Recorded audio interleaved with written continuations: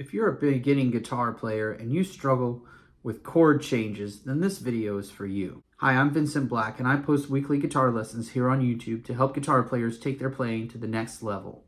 When learning chords and trying to create songs, sometimes it can be difficult to figure out how you're going to get from one chord to the next. So stick around through the end of this video because I'm going to give you 3 strategies that you can use to improve your chord changes and help you get to the next level when it comes to playing and writing songs. Before we continue, like this video and subscribe to the channel where you can get updated on weekly lessons that come up every week. So the first strategy we're going to be using today is called the anchor method. The reason we call this the anchor method is because we're going to use certain fingers and different chords that make the changes that much easier. So a good example to demonstrate what the anchor method means is to start on the G chord.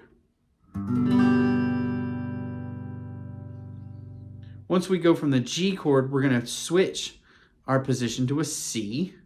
And we're going to hold our index finger here on this first fret of the B string, and we're going to take these 2 fingers and we're going to reposition ourselves to A minor.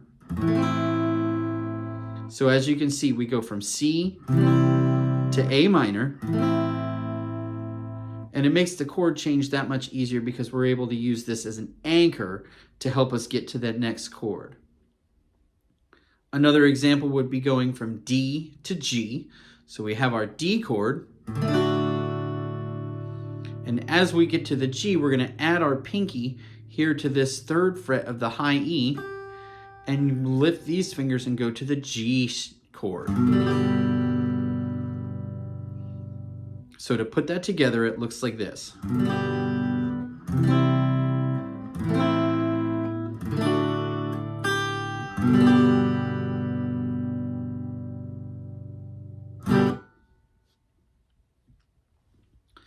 So the next method we're going to explore for chord changes is called the hand lift method. Now the reason this is called the hand lift method is because we're going to lift all of our fingers to allow extra time between the chord shapes. And here's what I mean.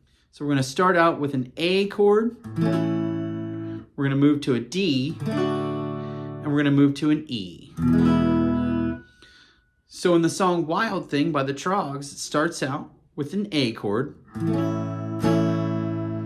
And right up before they go to the D chord, which is the next chord in that progression, they actually lift all of their fingers up off of the fretboard and then come back to the D chord shape.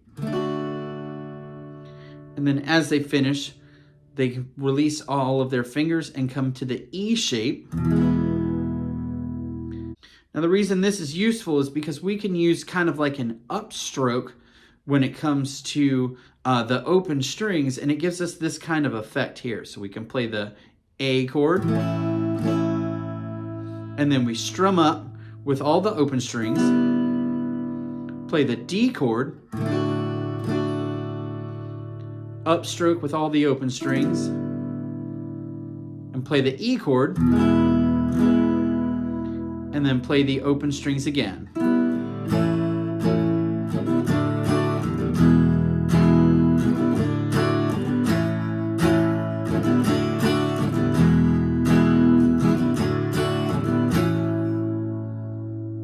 And so the third strategy we're going to use is called the same shape method.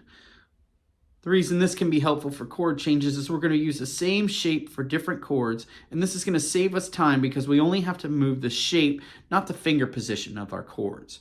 So we're going to take those same strategy here for A, D, and E, and we're going to play them in the bar chord position so you can see what I mean. So we have our A major position, we have our D major position, and we have our E major position, and come back to our D, and then back to A.